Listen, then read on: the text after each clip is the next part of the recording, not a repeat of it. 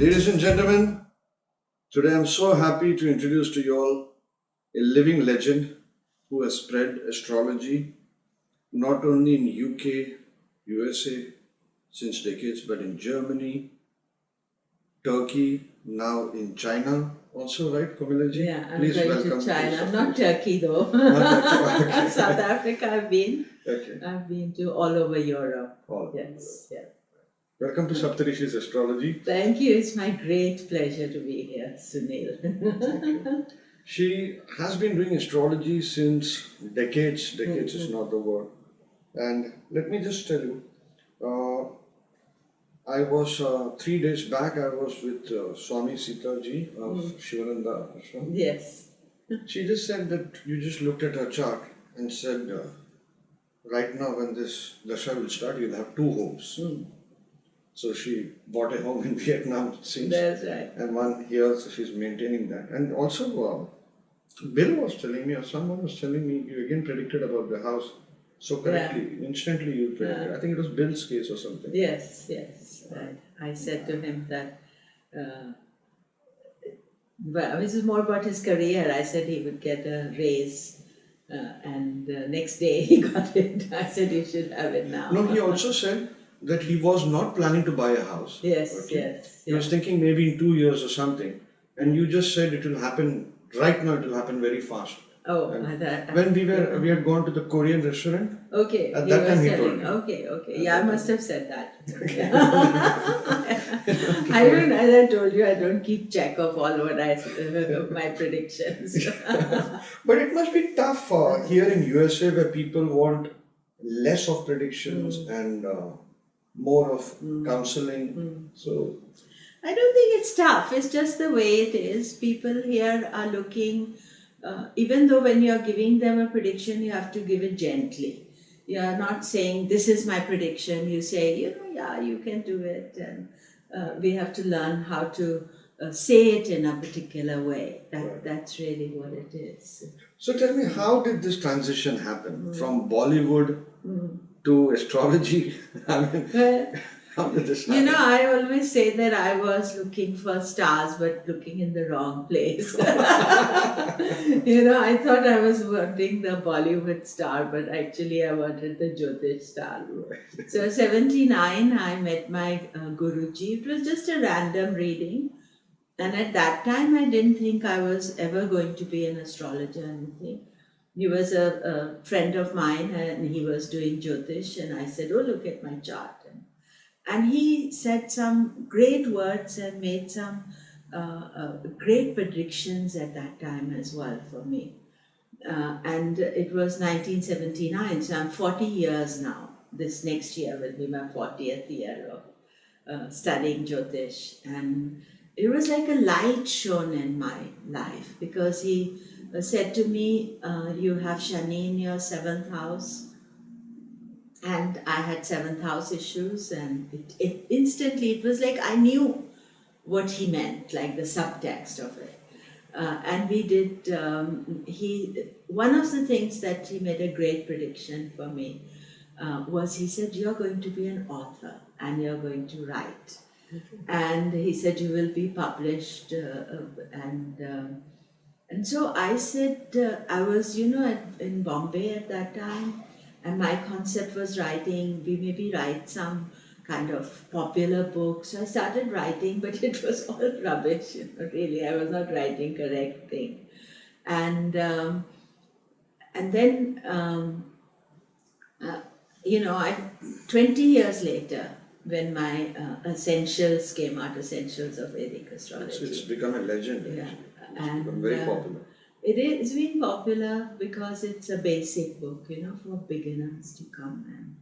And then I emailed him at that time and I said, your prediction came true. He said, really, did I say that? I said, yes. I said, 20 years on. And then just before that, I started writing, I was invited to lecture at the Astrological Association of Great Britain. That's really what started my present day Jyotish career. So I was studying since 79, and it was only in the 90s that I went to the Western Astrology Conference, and I had no idea that they were interested in Jyotish or anything. And in UK, that's a very greatly respected conference. There are over 50 conferences, and they've been formed since 1950s, I think, many years. Okay. And so they asked me to, I went as a guest, not as a speaker, just to, as a delegate. And what I found was very interesting was that everybody wanted to talk to me. They wanted to talk Jyotish. Oh. And I was very surprised because I was at a Western astrology conference, but they said, and so the next year they invited me to speak.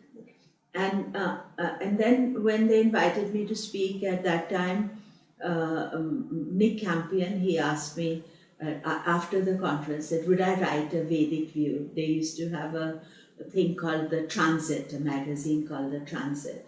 And every 2 months I would write the Vedic view. So that started off my writing. Then when I started writing the Vedic view, I found I was natural, and I was, and then I found that one of the problems was that everybody knew Western astrology, but if I wanted to talk to somebody about Vedic, I had to teach it to them because nobody knew Jyotish at all in UK. In USA, actually, it was very coming alive at that time. There were great teachers there, David Frawley and Dennis Harness and a number of others. I'm not mentioning too many to mention, and K.N. Rao had come, and so it was boiling there in USA, but nothing in UK. And so then I thought, okay, I should start doing my classes. So I started doing live classes at Theosophical Society. In fact, at the same conference, I met the head of the Theosophical Society, and she said, would I do Jyotish classes for them? So I did a series of beginners classes for the Theosophical Society of Great Britain. They have a thing called the Astrological Lodge there. Yeah, it's very popular. Yeah, Very so- old, the yeah. oldest. That's right. Alan Leo formed it. So I kind of I had very good luck, I think. Very lucky that way. People said it's so difficult to lecture at the AA, Astrological Association, and that was my first lecture. And then I did the course at the lodge, and then I planned my own course. And I have a lot of Western astrologers studying with me. Yes. Because they were interested in, as I told you, there was great interest in the subject.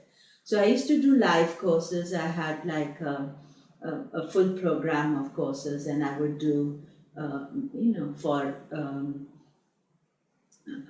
12 weeks, like 12 rashis, 12 weeks, 12 weeks, 12 weeks I would do. And then every year I found 12 weeks wasn't enough, so I increased it. So over the years, then I started doing my own program. I used to live quite far out of London, and I would travel. There was about 2 hours driving. I would travel, do my course, come back and go home. But that was like a passion to me. And then anybody asked me to lecture, I would go anywhere. And in UK especially, it's similar, maybe, I don't know whether India has the same aspect, but they have many little cities, they have their own association.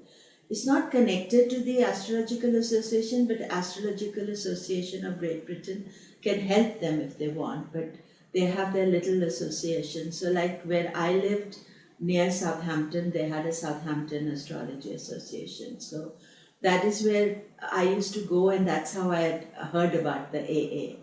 And so people would ask me to travel, and I would travel, and they had no budget to give you, like to pay you to speak, but the passion for Jyotish was so much that I would go anywhere people asked me, I would lecture and speak. And then in this, I met my publisher, Margaret Cahill. Yeah. And what happened was that Margaret was just beginning in Jyotish, and at that time, I don't know if you remember, but the Mountain Astrologer had a Vedic astrology thing with Lord Ganesha. So I told Margaret, and Margaret is the distributor of the Mountain Astrologer in UK. So I said to Margaret, I said, how many copies do you have? Because I wanted to give them out. So I bought all the copies and we met and we got along instantly together. And she said, we should do a Vedic, I'm thinking of becoming a publisher and we should do a Vedic astrology book. And we just chatted. She rang me up. Sorry, it wasn't instant. I went and collected the books. She lived quite close to where I lived. And I collected the books and next day she called me. And it's interesting that today is Diwali and she called me on Diwali day. And she said, I want to do a Vedic astrology book and beginner's book so that we can do. And this was like November. And of course, we were all innocent, including herself, because it was her first book coming out. And so I said, I have the notes from my courses. So, because one of the things I realized very early on that people would teach without having the proper notes. So I would always write my notes. So every class I would give the notes to the students, and so they would be well prepared. So I had that aspect of it. And secondly, what was very good was that while I was writing the book, I was getting instant feedback, because when I was teaching the students, if they didn't understand anything, they would look, oh, what is this? And then I would, get an instant feedback, instant editing, you can say, from the students. So and I used to have 2 classes, Monday in London and Tuesday in Romsey. So from Monday, people's confusion, I would edit it for Tuesday. And then, so when I gave to Margaret, then Margaret is actually a Western astrologer. And our editor was also Western astrologer. So that was very useful, because if they didn't understand what I was writing, then it was no good, because the people were new, beginners. So I have to give full marks to Margaret. She's the most excellent editor. And for me, anybody who's wanting to write any books, I would say that the most important thing is to edit. Yeah. Because my book I edit myself, but then it gets edited 3-4 times. Margaret edits, I edit, she's got another person who edits. I mean, in the beginning, she was only person because it was beginning. And so from November, when the book's idea came, we published it in February. Okay. It was so quick. Now there's at least 1 year timeline between idea and even getting it published. But at that time, and I remember that they were up all night when it was going into publishing. So I wanted it to be published. I'd said, I forgotten, I think Jupiter, Venus were together at that time in Pisces. But this book became a super hit. I know many people start their journey this way, right? Yeah, Essentials of Vedic Astrology. Many people start their journey in this book. One of the most beautiful part about your writing, let me personally tell you, is because I love your personal panchang. There's no book on panchang. Maybe now some might have come, but at that time there was no book on panchang. This is one of the best books I have ever read. Okay, so, no doubt your nakshatra book is also great. But what I found was the way you have beautifully explained it in the most simplistic manner. That simpleness. And most people, most authors, I'm a publisher myself, you know that. And the mistake, even when I write, is to explain one point, I take 20 sub-points and then go round and round and round. And that's wrong. It needs to be smooth flowing. So most writers miss that out. Is it smooth flowing? Is it crisp enough, yet is it digestible enough? Yeah. Who is my audience? What kind of language they understand, what kind of terminology they understand. Most Indian authors, especially in Jyotish, I realized they fail in that. At least in India is what I've seen. No, I think it's to do with the editing. I mean, I have a natural style of writing. My personal panchang book I'm most fond of personally, because it was a lot of original research, and it's on how panchang affects you personally. I mean, they're in all the books they've given, like Jataka Bharnam and all the things, but I was very fascinated by that. And as I told you, I have a big advantage. I taught this subject to the students, and they were so excited about it. And I was writing a book on techniques of Jyotish. And then I decided the techniques is too broad. So I took this one technique and made the book out of it because it was so popular with the students. When they looked at their own chart and they saw, wow, this is something we're missing out.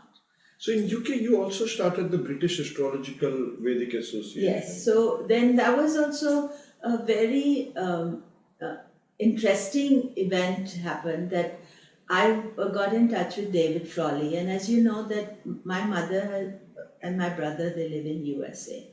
And so my mother called up David from USA. Those days were not so easy to call from UK.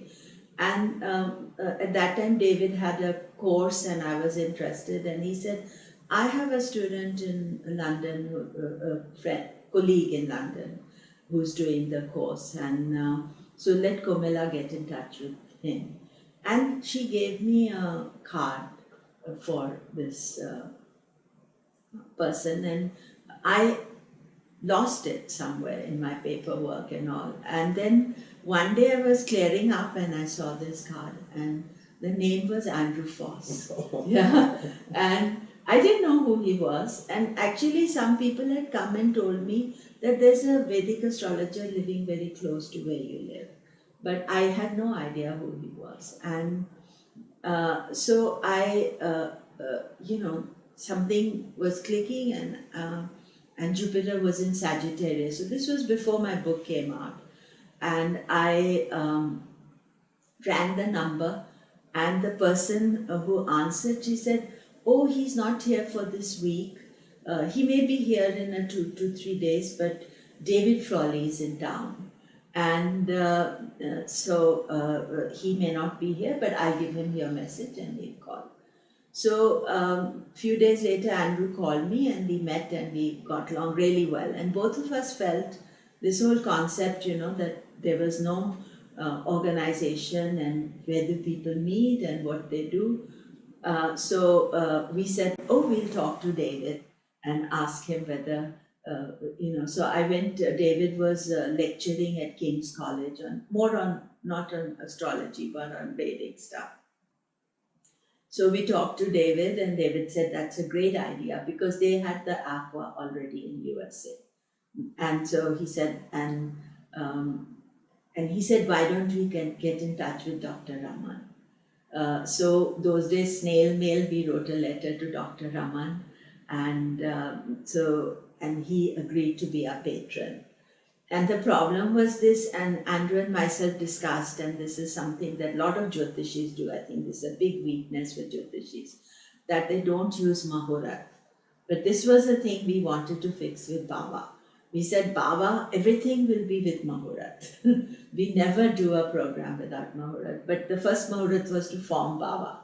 So Jupiter was in Sagittarius, about to go to Capricorn. So we had only between meeting Andrew, which was in November, to our organization forming, and I think Jupiter was going into Capricorn on 26th of December. And Andrew was leaving for India on some date. So finally we did the Mahurat for 16th of December, 1997. So our organization is 20 years old now. Oh. And we got Guru and Guru Dasha starting. And for the organization, and organization, sweetly it got formed very nicely. You have got some very good astrologers too. Yes. UK.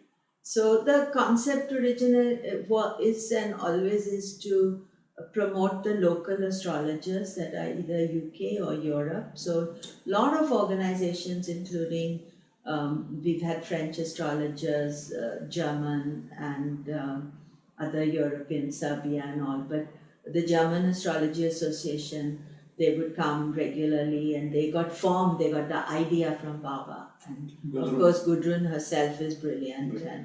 And So it was, you have to be good yourself, you can't, and she has taken it in way bigger form. So we have a conference once a year. We used to have a regular meeting once a month as well. But these days people don't come to physical meetings, so now we have an online program. Though we have a workshop, free workshop for members, every workshop lecture online for members. And so our organization was formed, and we had David and of course Dr. Raman. He was our patron. He passed on in a year later, but we were very fortunate to have him as his blessing. And so that is still, we run it. I live in USA now. You also conduct a lot of temple tours in India. Yeah. How did that idea originate? Well, Because I know it's quite popular, you've been doing it for quite some time also. No, the idea actually originated because everything Jyotish is, we are teaching in a foreign land. So I want that if people are serious about Jyotish, they should come and visit homeland of Jyotish. And that is why I am very passionate that every time we should have the speakers and people come from India to lecture here. Because that is where the knowledge is, powerful. We are only scanning the surface here. We are trying to learn it, but we don't have that depth of knowledge. What you could just say in a casual remark, it takes like 2 weeks to learn here. So therefore, that was a part of my idea that I should take people to India for them to see how astrology is used in the daily life, and to go to the temples and visit the Navagrahas. And so I had this idea, and also to have classes. I told you that we had, in the beginning, first time we went to Kerala, and there we went to a particular place where we had this Prashna astrologer come. We had How was your experience with Kerala Prashna? Because it's slightly different than traditional North Indian Prashna. Yeah, no, I love Kerala Prashna personally. As it is the most powerful experience. My own experience was just unbelievable. Would you like to share that for our audience? Yes, definitely. And that is in Kerala, there's pure Prashna, what I would say. There's no outside view. They are very spiritual. They will not do, they do Prashna as, and with the remedies, it's the tantric traditional remedies they give. So our friend who was, my friend who was there in Kerala, his mother was very much into Prashna. Okay. And then we found that there was this great Prashna astrologer there. His guru was not wanting to talk, and maybe he felt that we were not that serious or something. People have this idea that in the West people are just not taking the subject seriously enough, whereas actually if they only get to know, people are very serious. As you know, you saw how seriously people this thing. Yeah, sure. Yeah, I'll just give it to Mom. It will be my brother.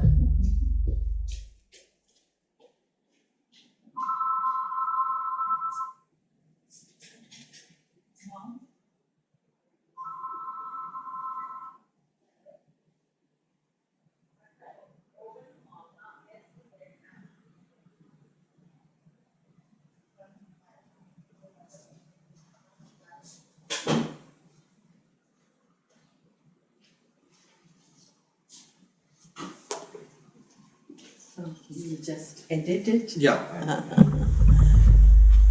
So, as I was saying that she arranged, Amma arranged for us to meet this astrologer, and we looked at. Because we wanted to ask Prashna about the American College of Vedic Astrology, and I was there with Dennis Harness. And we, in our wisdom, not knowing anything about Kerala Prashna, looked at the chart and said Leo is rising and Sun is exalted, so we should go at that time. I've forgotten whether it was Leo, but whatever Lagna Lord exalted, we wanted to go. So we chose afternoon time to visit the Prashna. So appointment was made, and you know how Prashna astrologers are, they will take you when you ask. They're not giving you any clues what to do. So, so we went and we had 2 cars, and we had 2 people accompanying us with us and the 2 drivers. And so we went to the house of the Prashna astrologer, Kailashnath. He's a very brilliant Prashna astrologer, I can vouch for. And we reached there at 1 o'clock. So first thing he said is, you have come after 12, it is wrong time for Prashna. Because in Prashna, they only do the traditional Prashna astrologers only do Prashna in the morning with the waxing sun. They don't do in the afternoon. So as a nimita, we made a mistake. So great astrologers thinking without knowing the Kerala Prashna, that thinking, so that needed a remedy. It's not necessarily wrong, but if you do something wrong, and especially Kerala Prashna, and for anybody doing Prashna, same with Nadi, you must be prepared to do the remedy. You see, if you are not prepared to do the remedy, that's the whole idea of Prashna. And so after that he said, I'm only seeing 4 people, there should be 6 people. And you know, he had amazed us at that prediction itself. And I said, we have 2 drivers outside. And the fact was that we 4 of us, we could have come in 1 car. So he could have said 5, you know, he had no idea. He was sitting in his office, so he hadn't gone out to check or anything. And then we sat down, and then he says that while coming here, the car was stopped and somebody got out to buy something. And I think he said maybe water, but he definitely said the car stopped to buy something. And I had stopped the car to buy water. Oh my God. And it's amazing. And because, you know, it's hot, and so I stopped the car. And I'm not thinking that it will come out in Prashna. These are his first words. And then the third thing he said that I remember, because we didn't record it. I wish we had recorded it. We didn't record it. The third thing he said was, somebody fell off the roof yesterday. And Somebody fell off the roof, he said. Yeah. He said up first floor or off the roof. Okay. So Dennis and myself were staying at the Taj Calicut, so we couldn't have fallen off. Not, at least we hadn't fallen off consciously, not even in the dream. And the lady who took us, Asha, her husband had sleepwalked and fallen off the roof the night before. Oh my God. And so she said, so we said, no. And she said, yes. She had not told us anything. And you know, she was so wonderful as a person that despite this thing, husband had to, you know, be treated and all, she'd still taken us to our Prashna reading. And so it was so amazing that after that, what he said, did in Prashna, we were totally accepting him, what he was saying, and then what he said was that as Prashna astrologers, we are told that we have to get the mind of the person in knowing that we are masters. So as soon as a person comes, we have to say some things that, that convinces them that, okay, now I have to listen to what is further. What about, you said that after 12 you came, so that is a flaw. So he gave a remedy. What was the remedy that he gave to be done? You know, it was not a Prashna for me. It was Prashna for Dennis. I was audience, so I was only listening in. So I don't remember the remedy he gave. But really, after that, what we had gone to invite him to come to our conference to be the main speaker. So I think it was not so much that he did a reading. It was personal, I don't want to talk about it. And but he had to see the nimita whether he was willing to come to our conference. So we had a conference in Calicut with the ACBA, and then he organized a Ashtamangala Prashna at that time. And many of the remedies, one of the remedies from the Ashtamangala Prashna was to go to Palani, the temple Palani. Okay. And also when they did the remedies, they also, after he made each remedy, he had to ask permission from the devas, because you see the prashna, when they do the prashna with the Kerala prashna, it's a divine question.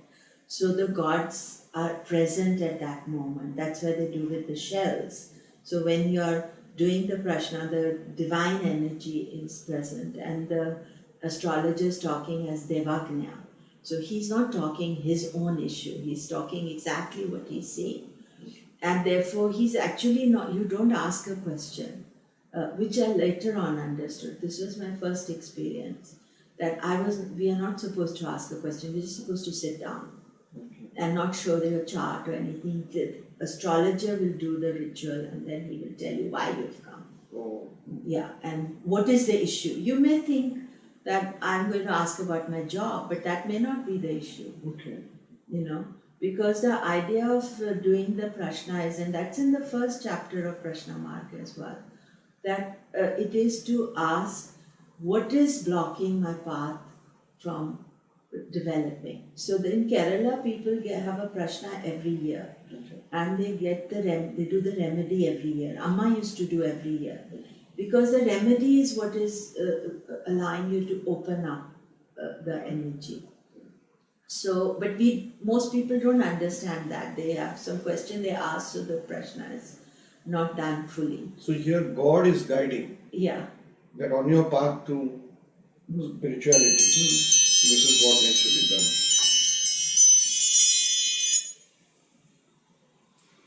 So, Yeah. any other experiences of Prashna that you or your friends have seen in Kerala or maybe North India, wherever?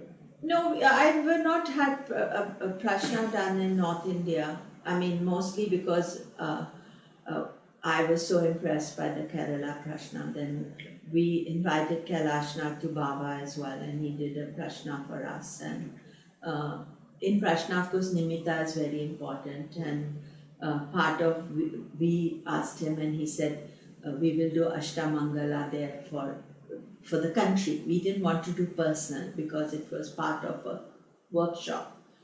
We had the Ashtamangala Prashna.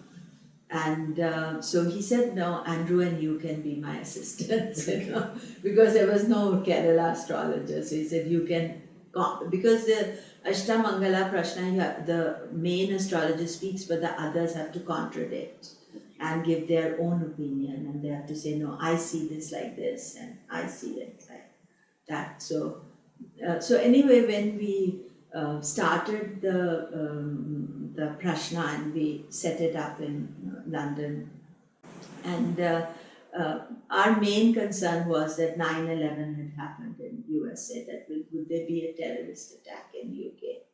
So that is what our idea was, to ask the prashna. We didn't want to ask a personal question because there were a lot of students present, and so we requested him. He told me some things which came true, but we didn't want that. And so as soon as the prashna started, the siren started, and there was the police and the ambulance right at that moment. So the question about whether a terrorist attack would happen in London was very clear, and then it did happen within a year or two, after that. So the nimita was bad. Yeah, so the nimita is the thing. They take, you see, in the Kerala Prashna, they are using the Panchamahabhuta. Everything is studied. What you see, what you hear, what you feel, what you can taste, your breath is used. So it's not just So the Jyotish chart, they'll see the chart in the morning, they do the puja, they get ready, they sit in a place. And so everything is in play. And so a master Prashna astrologer will see everything and be able to, yeah. So for me, that is really my best experience. And I feel that in Kerala, they have mastered the art of it.